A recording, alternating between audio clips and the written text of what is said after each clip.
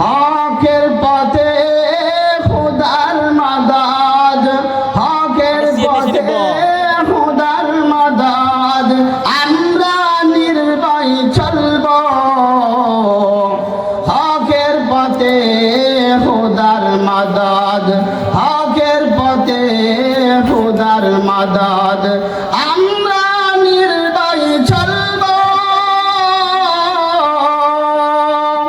অগ্নিগিরি ফুলকার মতো দেশে আলো রং তুলব।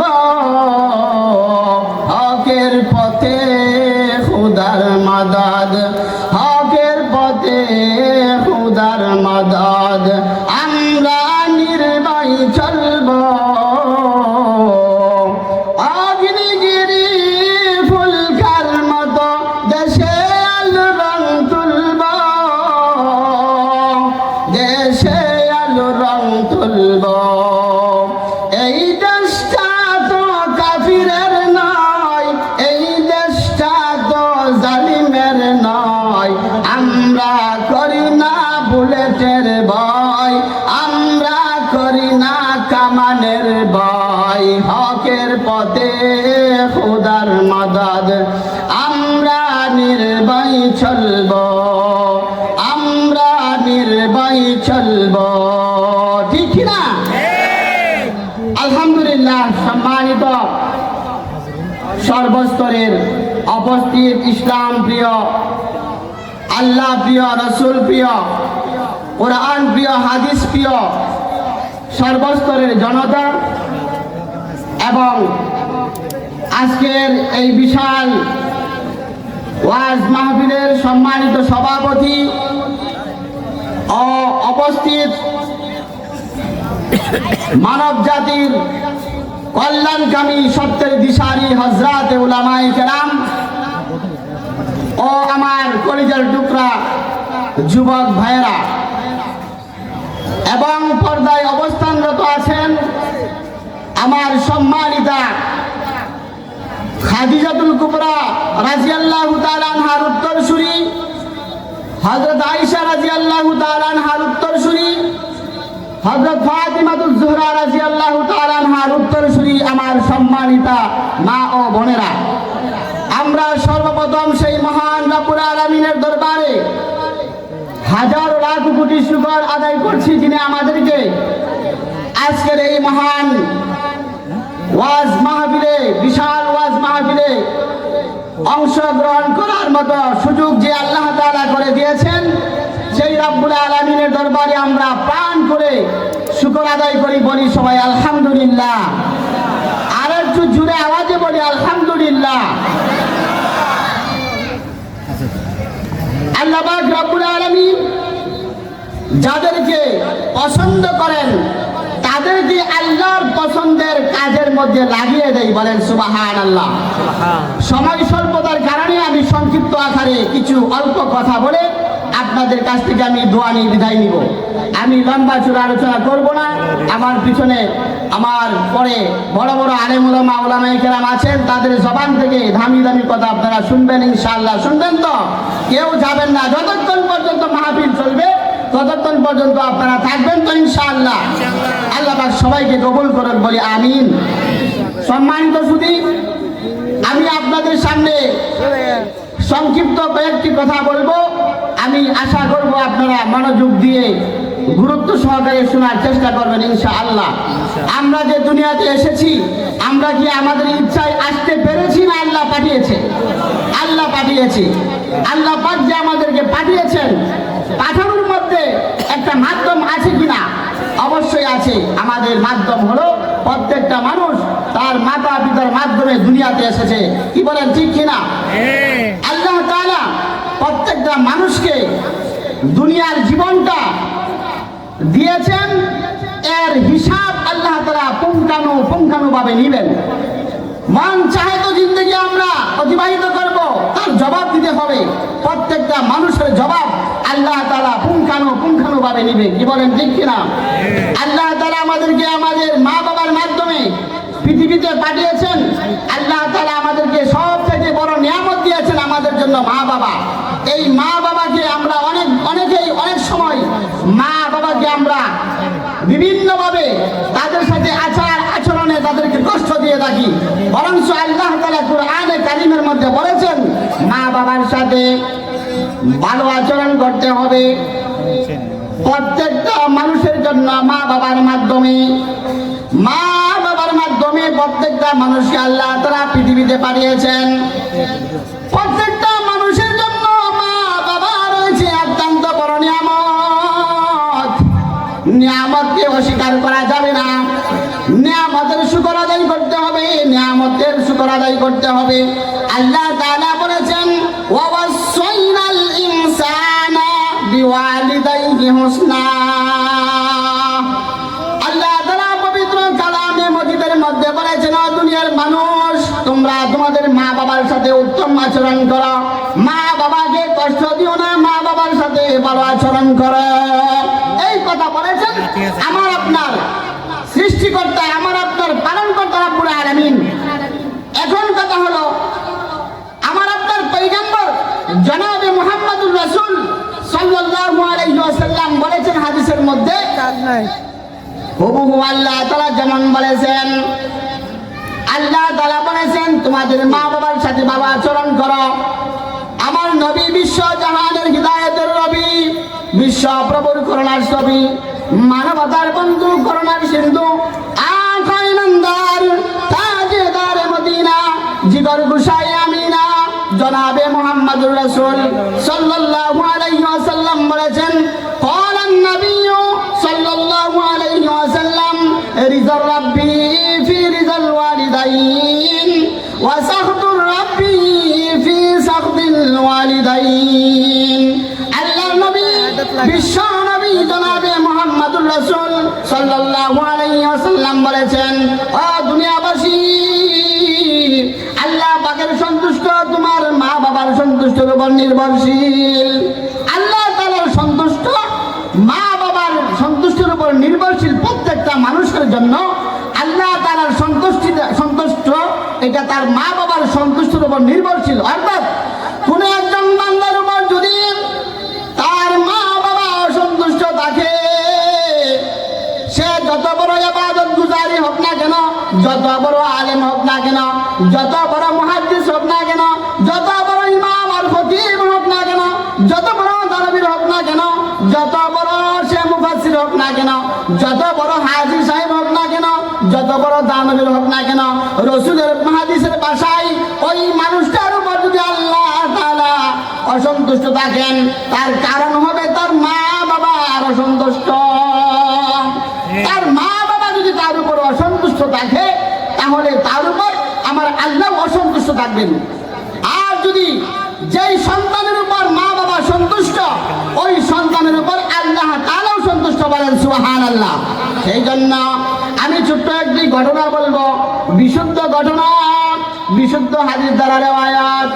আমার আপনার পয়গম্বর জনাবে মুহাম্মদুর রাসূল সাল্লাল্লাহু আলাইহি ওয়াসাল্লামকে আল্লাহ রাব্বুল আলামিন জিবরাইলের মাধ্যমে জানিয়ে দিয়েছেন ও নবী, ও আমার দুষ্ট মুহাম্মদ, তোমার একজন আশিক আছে, আশিক, তোমার একজন পাগল আছে। ও দুষ্ট মুহাম্মদ, তোমার একজন পাগল আছে, যেই পাগলের নাম হলো ওয়াইস করণী। ওই পাগলটা তোমার কাছে আসতে চায় তার মার সেবা যত্ন করার কারণে, তার মায়ের খেদমত করার কারণে তোমার কাছে আসতে পারে না, বলেন সুবহানাল্লাহ। তার নাম হলো ওয়াইস করণী। কে জানিয়ে দিয়েছেন? জিবরাইলের মাধ্যমে আল্লাহ তাআলা জানিয়ে দিয়েছেন।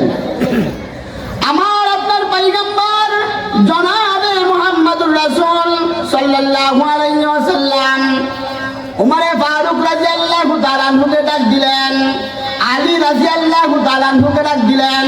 ডাক দিয়া বললেন আমার আপনার পয়গম্বরের ইন্তেকালের পূর্ব মুহূর্তে বলছেন ও উমর, এই যে আমার গায়ের জামাটা দিয়া গেলাম, আমার এই জামাটা আমার একজন পাগল আছে, ইয়ামেন দেশের মধ্যে জঙ্গলের মধ্যে বসবাস করে, ওই আমার পাগলটা আমার কাছে আসতে চায়, আমার আল্লাহ আমাকে জানিয়ে দিয়েছে, কিন্তু আসতে পারে না। তার মা হলো বৃদ্ধা মহিলা, তার মায়ের সেবা করার জন্য, তার মায়ের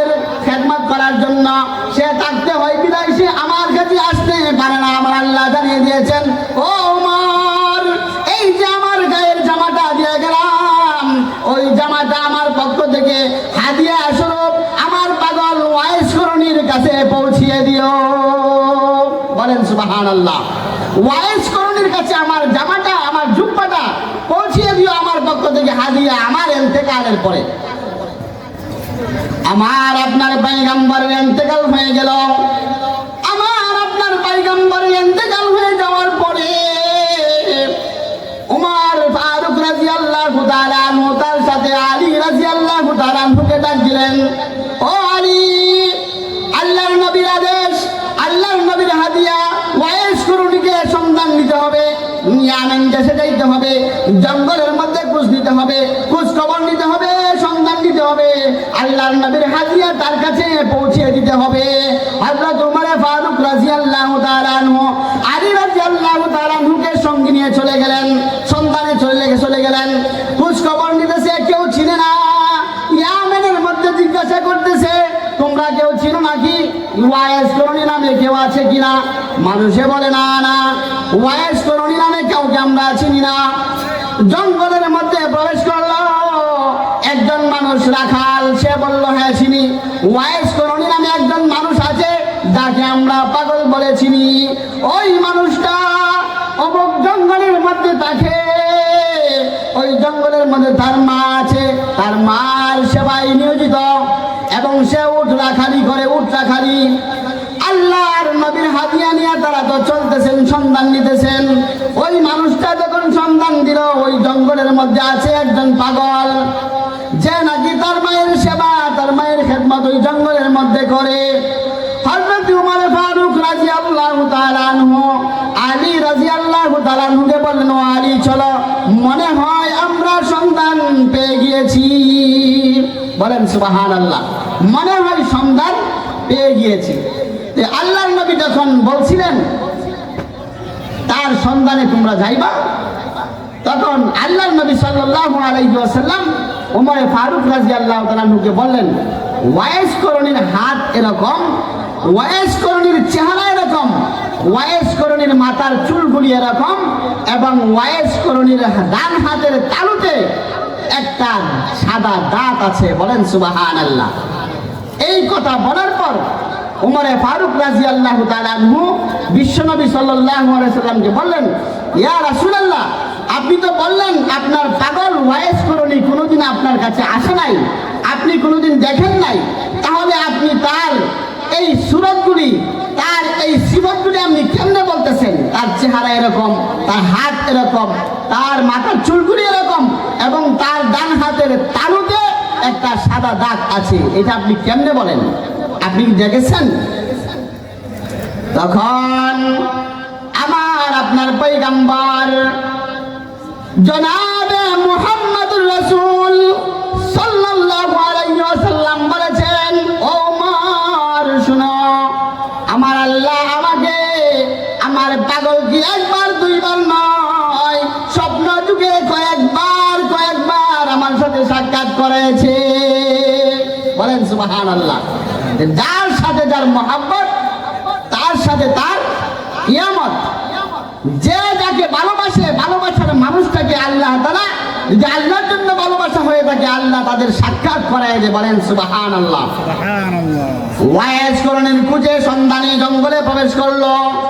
জঙ্গলে প্রবেশ করার পর ওয়াইস করণীকে পেয়ে গেল। উমর সালাম দিলেন, আলী সালাম দিলেন, জিজ্ঞাসা করলেন, আপনার নাম কি? বলল, আমার নাম ওয়াইস করণী। উমর ফারুক বললেন, আমি নবীর সাহাবা উমর, উনি হলো আলী নবীর সাহাবা। আল্লাহর নবী সাল্লাল্লাহু আলাইহি ওয়াসাল্লামের জীবদ্দশায় এই যে তোমার জন্য হাদিয়া, আল্লাহর নবীর জুব্বা মুবারক, আপনার জন্য হাদিয়া, আপনার কাছে পৌঁছে দেওয়ার জন্য আমরা এসেছি। ওয়াইস করণী বলতেছেন, না না না না, ওয়াইস করণী আমি না, সেই ওয়াইস করণী আমি না, আমি এত বড় হইতে পারি নাই, আমি এত বড় হইতে পারি নাই, অন্যজন হইতে পারে। তখন উমর ফারুক রাদিয়াল্লাহু তাআলা বলতেছেন, আপনার হাত মুবারকটা দেখান। ডান হাত দেখলো, হাতের তালুতে একটা সাদা দাগ, চুল দেখলো, চেহারা দেখলো, হাত কেমন দেখলো, আল্লাহর নবী যেমন বলে দিয়েছিলেন হযরত উমর এবং আলী তেমনি 100-এর মধ্যে 100 মিলে গেছে। করণীকে বলতেছে, আপনি আর আপনাকে লুকায়েন না, আপনাকে আপনি আর গোপন করিয়েন না। আমার রাসূল যেই নিয়ম, যেই গুণগুলি বলেছেন সেইগুলি আপনার মধ্যে বিদ্যমান আছে। সুতরাং আপনি ওয়াইজ করুন, এই যে আপনি নেন আপনার উপহার, এই যে আপনার হাদিয়া, আল্লাহর নবীর হাদিয়া আপনার হাতে নেন। এবং নবী বলেছেন আপনি নবীর উম্মতের জন্য, গুনাহগার উম্মতের জন্য আল্লাহর কাছে ক্ষমা চাওয়ার জন্য। ওয়াইজ করণীর হাতে যখন জুব্বাটা নিল, জুব্বা নিয়ে ওয়াইজ করণী দৌড় দিল জঙ্গলের মধ্যে দৌড় দেওয়ার পরে আল্লাহ ওয়াইজ করণী সেজদার মধ্যে পড়ে আল্লাহর কাছে কান্না শুরু করলো, আল্লাহ আমার আপনার সম্পর্কের কথা আপনার দুস্থকে কেন বললেন? যেহেতু বলে ফেলেছেন, এই যে আমি ওয়াইজ করণীর সেজদা দিলাম, যতক্ষণ পর্যন্ত উম্মতে মুহাম্মাদিয়া সবাইকে যতক্ষণ পর্যন্ত ক্ষমা না করবেন, আমি ওয়াইজ করণী মাথা সেজদা থেকে উঠাবো না। বলেন সুবহানাল্লাহ। আল্লাহ তাআলা জানিয়ে দিলেন 10% উম্মত মাফ করে দিলাম। ওয়াইজ করণী বলে আমি 10% বুঝি না। আল্লাহ বললেন 20% মাফ করে দিলাম। ওয়াইজ করণী বলে আমি মানি না। আল্লাহ বললেন 30% উম্মত মাফ করে দিলাম। ওয়াইজ করণী বলে মানি না। আল্লাহ বললেন 40% ক্ষমা করে দিলাম। ওয়াইজ করণী বলেন আমি পার্সেন্ট বুঝি না। 100-র মধ্যে 100 উম্মতকে ক্ষমা করতে হবে। বলেন সুবহানাল্লাহ। এর মধ্যেই হযরত উমর, হযরত আলী তার খুঁজে দৌড়ে গেল। ওয়াইজ করণী কোথায় গেল? গিয়া দেখেন আল্লাহর সাথে কথা বলতেছেন। এই মুহূর্তে আল্লাহর সাথে কথা বলাটা বন্ধন হয়ে গেল। যদি আর একটু সময় পাইতো 100% মুহাম্মাদিয়া, উম্মতে মুহাম্মাদিয়াকে আল্লাহর কাছ থেকে ক্ষমা নিয়ে আনতে পারতেন। বলেন সুবহানাল্লাহ। সালাম ফিরাইয়া সেজদা থেকে মাথা উঠাইয়া ওয়াইজ করণী বলতেছেন, হে আল্লাহর নবীর সাহাবীরা, আরেকটু সময় যদি আমাকে দিতেন তাহলে আমি আমার আল্লাহ থেকে উম্মতে মুহাম্মাদিয়ার সবার জন্য মাফ আমি নিয়ে আসতে পারতাম। বলেন সুবহানাল্লাহ। ওয়াইজ করণী কেমন ছিল? সে মুস্তাজাবুদ দাওয়াত, সে আল্লাহর কাছে চাইতে দেরি হইতো, আল্লাহ কবুল করতে দেরি হইতো না। বলেন সুবহানাল্লাহ। এবং জগতের মধ্যে সবচেয়ে বড় একজন ওলি হিসাবে আল্লাহ তাআলা তাকে নির্বাচিত করেছিলেন। বলেন সুবহানাল্লাহ। সেই জন্য মুসলমান ভাইরা আমার, সম্মানিত শুধু মা বাবার খেদমতে মানুষ আল্লাহ পর্যন্ত পৌঁছে, মা বাবার খেদমতে মানুষ ধন্য হয়। মা বাবার খেদমতে, মা বাবার দোয়া, নেক দোয়া নিতে পারলে মানুষ আল্লাহর ওলিয়তে পৌঁছে যায় এবং সে সফল কাম হয়ে যায়। বলেন সুবহানাল্লাহ। সেই জন্য আল্লাহর ওলি বলেছেন, আল্লাহর ওলি বলেছেন, মাই তায়াবে মাওলা হো মেরে ইশকে নিরালা, আই জুমলা জাহাঁ জিনকি তজল্লি সে উজালা। মাই তায়াবে মাওলা হো মেরে ইশকে নিরালা, আই জুমলা জাহাঁ জিনকি তজল্লি সে উজালা। মা দর্দ জাহাঁ গায়রে খুদা यार नदारीम, जुदी याद खुदा ही छे दिगर कार नदारीम। वा आखिर दावाना अनिल हम्दुलिल्लाहि रब्बिल आलमीन। अस्सलामु अलैकुम व रहमतुल्लाहि व बरकातुहू।